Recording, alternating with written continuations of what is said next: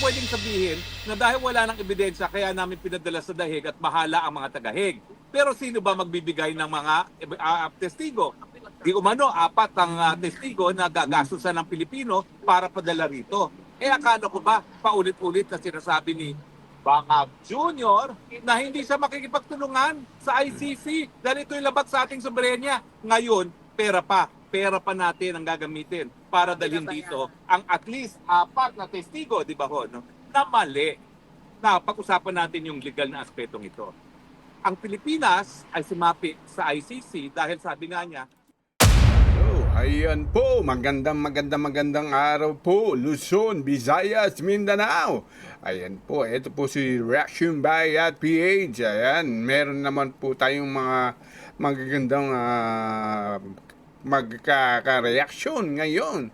Ito ay patungkol kay Harry Roque, tungkol sa isinuwalat ni Boying Remulla. Ayan, nawala na raw ebidensya. Ayun, at nasira na raw ang ebidensya tungkol kay dating Presidente Duterte.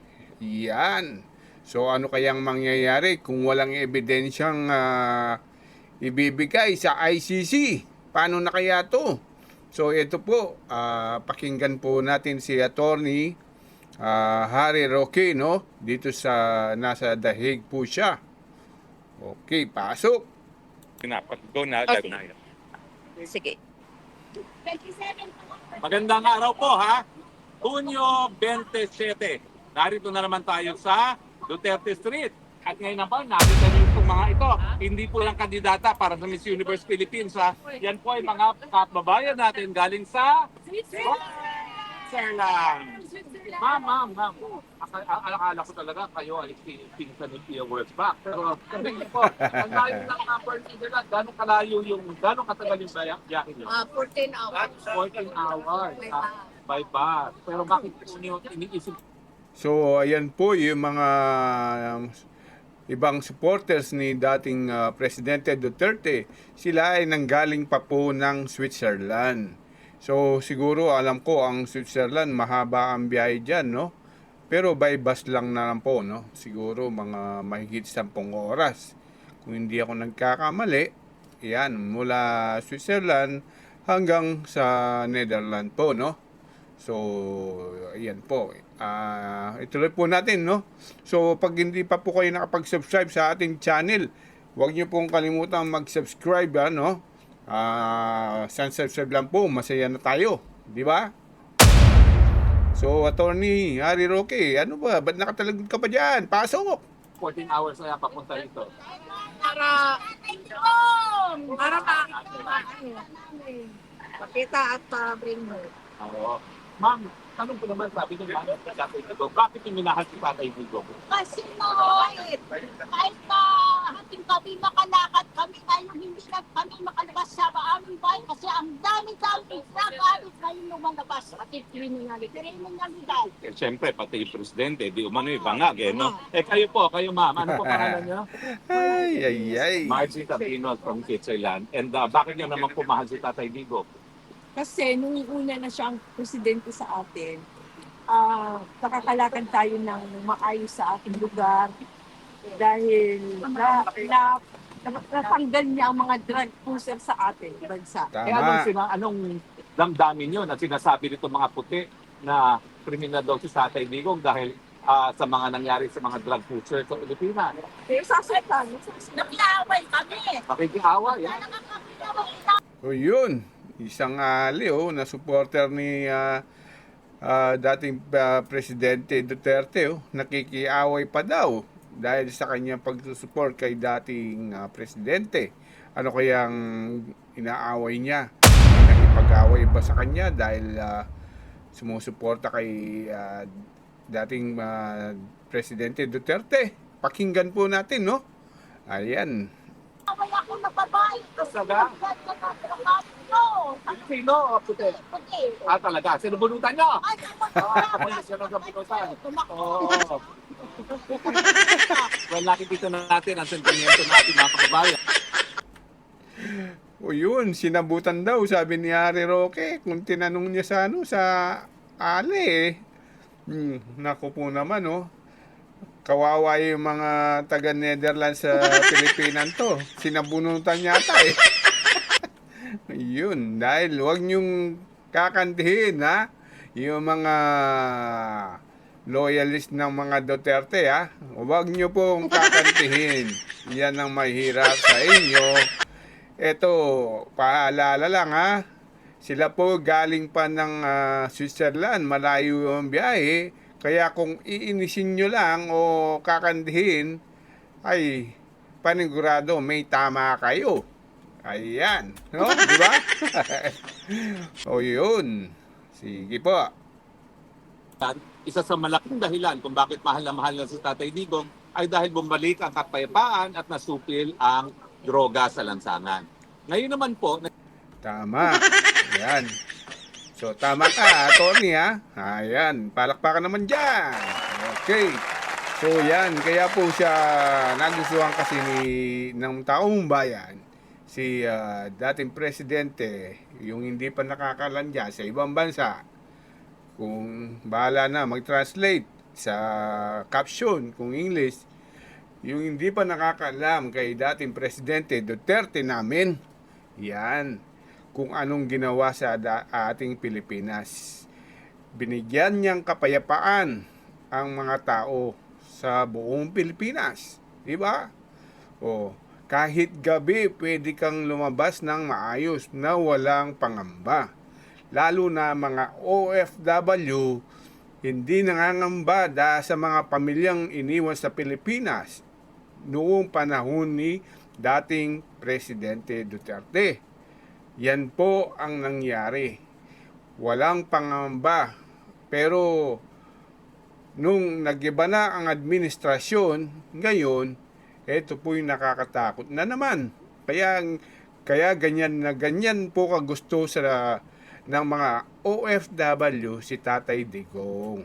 So sana po yan maintindihan nyo. Kung kayo po ay OFW, yan, naiintindihan nyo po yung mga sinasabi ko na pati mga taga OFW masaya sila dahil yung pamilya nila dito sa Pilipinas ay hindi sila nangangamba, kumbaga, dahil alam nila safe sila sa panahon nung presidente si Tatay Digong, di ba? O, maniwala man kayo o hindi, yan ang katotohanan.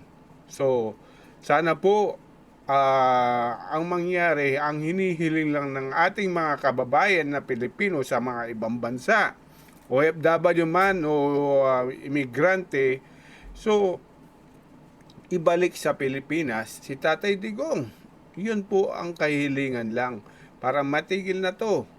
Yan, di ba? So, sana po ito, ICC, kung hindi ka man marunong mag-Ingles, sa ICC, hindi kayo marunong mag-Ingles, puro nakatranslate lahat ang ano nyo, edi makikita nyo naman po sa caption kung anong inihiling. At alam nyo, inihiling na mga sambayan na ang Pilipino na gustong ipauwi na ang Tatay Digong.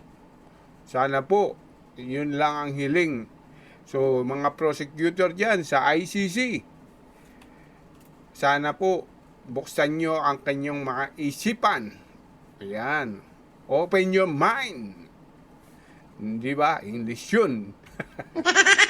Ayan. Na palawakin nyo. Hindi lang sa kayo ay nakapanig sa kanan. O pumanig sa kaliwa. Di ba? Ganun lang po. So, sana maging patas. Makita nyo naman kung gaano kamahal ng mga Pilipino si Tatay Digong. Buong Pilipinas. Siguro, konti lang yung hindi nagmamahal sa kanya. Alam nyo na sino mga yon. Mga kaliwa at saka yung mga adik. Ganun lang kasimple po yun. ICC. Yan. salita po ang Justice Secretary Remulla na sinasabi nila dahil sinira daw ang mga ebidensya na nagpapatunay ng crimes against humanity sa drug war ni Tatay Digong, kaya daw nila ibibigay sa ICC. Nick, anong ibig sabihin yun? Kung sira ng ebidensya, ibig sabihin, nandito si Tatay Digong sa dahig para litisin sa drug war, pero wala na palang ebidensya. Kung ang Pilipinas mismo, di ba po, no, na siyang lugar na pinangyarihan ng di umano mga krimen, ay wala ng ebidensya, paano naman makakarating dito sa dahig ang ebidensya? Lalong walang ebidensya, no? Kaya nga tinasabi namin, Ayun, yun ang sabi ni Attorney Harry Roque. Paano nga naman kung wala ng ebidensya?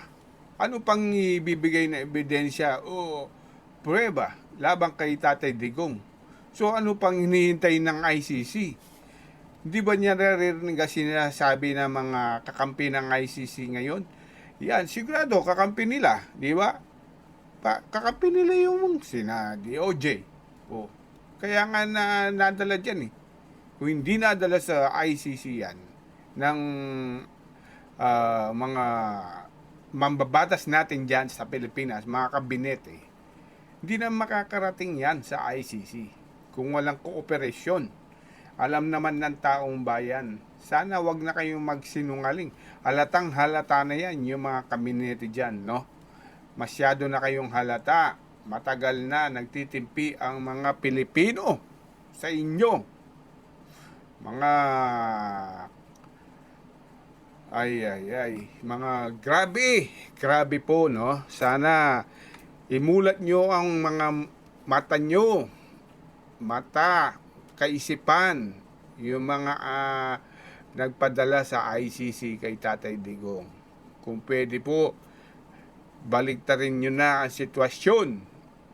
Itama nyo. Alam nyo naman, mali kayo, itama nyo na. Kung kayo mismo ang nagpadala, pauwi nyo na. Yan. Sige po. Pasok. bakit nyo pa pinadala sa dahig? Hindi nyo po pwedeng sabihin na dahil wala ng ebidensya, kaya namin pinadala sa dahig at bahala ang mga tagahig. Pero sino ba magbibigay ng mga testigo? Di umano, 4 ang testigo na gagastusan ng Pilipino para padala rito. Akala ko ba, paulit-ulit na sinasabi ni Bangag Jr. na hindi siya makikipagtulungan sa ICC dahil ito'y labat sa ating soberenya. Ngayon, pera pa natin ang gagamitin para dalhin dito ang at least 4 na testigo, di ba ho, no? Na mali. Na pag-usapan natin yung legal na aspetong ito. Ang Pilipinas ay sumapit sa ICC dahil sabi nga niya, Ganun? Sila pang gagastos ang Pilipinas? Grabe, no? Talagang gustong ipidiin ang dating Presidente Duterte. Sila pang gagastos. Paano yan? Gagastos pa ang Pilipinas? Naku po naman. Huy, wala na nga pera ang Pilipinas. Sila pang gagastos. Manahimik na lang kayo dyan. Kung ako sa inyo, i-atras nyo na lang. Dahil batatalo rin pa kayo sa kaso. Ganun lang kasimple yun. Yan, gobyerno ng Pilipinas. Ay. pag wala ng gobyernong gumagana o kapag ang mga hukuman ay sarado, kinakailangan may mapupuntahan pa rin mga biktima ng pinakakarumal-dumal na krimen sa buong daigdig. Kasama na dyan yung war crimes at saka crimes against humanity. War crimes po, ito yung hindi paglabag sa batas na umiira pag merong labanan, yung huwag tatargetin ng mga sibilyan. At ang crimes against humanity, yung malawakan o systematic na pag-atake sa sibilyan na alam nila na ang inaatake ay mga sibilyan. Pero hindi natin sinabi na ang pagiging kasapi natin ng ICC ay hinahayaan na natin ng ICC maglitis mga kaso. Dapat lokal na hukuman habang ito ay bukas. Pero ang sabi ni Secretary Remulla, wala na raw ebidensya, nasira ang ebidensya. So ibig sabihin, kung wala ng ebidensya, ang lokal na pamahalaan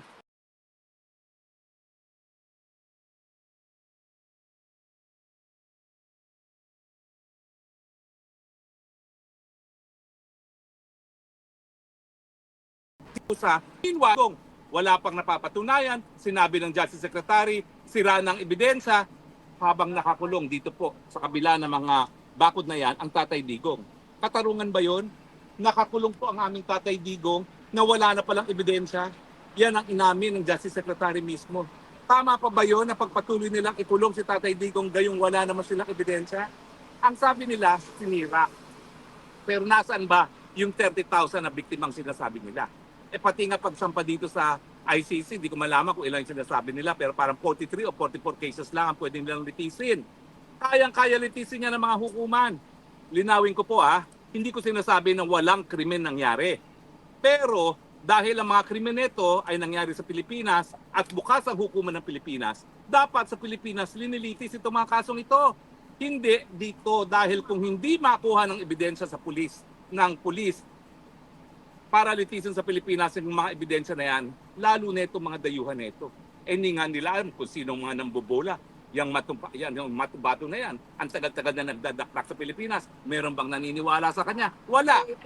Kasi nung minsan ang napatunayan na nagsinungaling yan sa Senado, di ba? O bakit mong papapaniwalaan? Siyempre kapag puti, wow, bilib sila. Hindi naman nila alam yung pagkatao ni Matubato. Mas mabuti talaga, at yan ang dahilan kung bakit dapat sa lokal na hukuman litisin yan, kasi makikilala ng mga Pilipinong huwes ang pagkatao ng mga tao, malalaman nila kung nagsisinungaling o hindi. Kasi mga puti naman, siyempre, hindi nila alam ang ugali, hindi nila alam yung mga facial expression ng mga Pinoy pag nambobola, di ba ho? No? Samantalang ang Pilipinong magistrado, nalalaman yan. Sa pag-amin ni Justice Secretary na sinira di umanong ebidensya, dapat talaga itigil na ang paglilitis kay Tatay Digong sa ICC dahil wala talagang ebidensya. Ang issue na lang, sinira ba o wala talagang ebidensya sa mulat-mula. Ano ang prueba na nanira? Sinong nanira? Diba? Ang linilitis naman ay mga panahon na city mayor pa si Tatay Digong. Bakit? Nandiyan naman si Leila de Lima ng mga panahon na yon. Ang hirap ni Leila de Lima, nung siya ay Justice Secretary, putak siya ng putak laban kay Mayor Duterte, pero wala naman siyang ginawa. Sino may kasalanan kung nagkasiraan nga ng ebidensya? 6 na taon naman umupo sa kapangyarihan si Leila de Lima bilang CHR at saka kalihim ng Department of Justice. Hindi ba 4 na taon ay sapat na panahon na para mangalap ng ebidensya? Tapos ngayon sasabihin nila, sinira ang ebidensya. Now, sinasabi nila no 6 na taon ni Tatay Digong, doon daw sinira ang ebidensya. In the first place, pinansin ba kayo ni Tatay Digong? Kaya nga naroon si Tatay Digong, palagi ko siyang hinahabol tungkol dito sa ICC na kinakailangan paghandaan. Ang sinasabi niya, ay naku, wag kang mag-abala dyan sa ICC na yan. Malinaw na malinaw sa isipan ko na bilang isang abogado na walang jurisdiction ng hukuman na yan. Yeah. Hindi ka kayo pinansin ni Tatay Digong, bakit siya maninira ng ebidensya? Hello? Yeah. Kumbaga, wala kayong importansya sa kanya, bakit niya sisirain ng ebidensya na wala naman? Alam niyo po, kahit sinong bansa, ang prinsipyo na sinusunod, ang akusado, presumed innocent until proven otherwise. Sinong dapat magprueba ng pagkakasala ng akusado? Yung nag-aakusa, yung prosecutor ng ICC, ang gobyerno ni Marcos Jr. Nasa ng ebidensya, sinira na raw. Kung totoong sinira na yan, matapos ang 6 na taon ng Aquino administration, sinong may sala? Leila de Lima as chairman of CHR and as Secretary of Justice. Ang ingay-ingay niya yung mga panahon na yon. I will prove that the Davao Death Squad is controlled by Mayor Duterte. Walang nangyari. At natapos ang 6 na taon na naman, ngayon 9 taon na, tsaka siya maghahanap ng ebidensya. Alam nyo, may dahilan kaya kung bakit ang ordinaryong krimen dapat binablatter. Kasi yung blatter na yon, record, as soon as nangyari, di umanong isang krimen. Dahil pag lumipas na ang panahon, talagang magkakalimutan na yan at magkakawalaan ng ebidensya. Diba? Pero sa tingin ko, kung ako'y abogado mismo ni Tatay Digong sa ICC, gagamitin ko yung sinabi ni Justice Remulla. Nasira ng ebidensya. Kung nasira ng ebidensya, hindi na maibabalik. Diba? Diba pag sira na, hindi na maibabalik. At kung wala ka ng ebidensya, bakit pa nakakulong si Tatay Digong na hindi pa napapatunayan nagkakasala? At dahil sira na di umanong ebidensya, hindi na mapapatunayan ang pagkakasala ni Tatay Digong. Kaya ang sigaw ng taong bayan, ang dapat gawin kay Tatay Digong, bring him home! Bring him home! Bring him home! Yan po ang panawagan ng sambayan ng Pilipino. Akin naman po, kung talagang wala ng ebidensya, let's be fair. Bring him home. Baka may 80 anyos na siya, dapat naman po, hayaan na natin siyang mamahinga sa nalalabi niyang panahon sa mundong ito. Agree ba kayo? Disagree? Well, maraming salamat po sa inyong patuloy na pagtangkilik ha. Hanggang sa susunod po, etong yun yung spokes ang bayan nagsasabi, I love you Philippines. You're the only country that we have. You're the only country that we love. And sino pinakamagaling na presidente? Duterte! Duterte! Duterte! Sigaw ng bayan! Bring him home! Bring him home! Bring him home! Bangag, bangag, bangag! Bangag, bangag, bangag! Bangag, bangag, bangag! Ngiwi, ngiwi, ngiwi! Ngiwi, ngiwi, ngiwi! Ngiwi, ngiwi, ngiwi! Budol, budol, budol! Butod, butod, butod! Butod, butod, butod! Bye! So, ayun po si Attorney Harry Roque, no? So, nakakatawa rin po siya yung huling ano niya. Pasayaw-sayaw pa, naka-short pa siya siguro, ano yan, anong pangalan yan Baka siguro, anong tawag doon, mainit. O siguro, ano na dyan medyo nagsasummer. So, yun po, napanood natin. Sana po, huwag niyo pong kalimutang mag-subscribe sa ating channel. Yan po ang aking hinihiling. Sana po, isang subscribe lang po. Masaya na tayo. Yan. So, yan po ang bagong balita ni Tony Harry Roque sa The Hague tungkol kay dating Presidente Duterte na sabi tungkol kay President Duterte at kay Boying Remulla na nagsabi na ang mga ebidensya labang kay dating Presidente Duterte ang ano ibig sabihin, nasira na o nawala siguro o nasira, yun po ang ibig sabihin ni Harry Roque na ngayon gusto nang pauwiin dahil wala na palang ebidensya. So, ano pang hinihintay po ng ICC? Gising na! Pauwiin nyo na si Tatay Digong, pero gusto namin gamitin nyo yung private plane ulit, kung papauwiin nyo, Hindi lang yung tao dun. Hindi lang ordinary plane, Huwag yung pasakay sa ordinary plane. Special po yan. Ayan.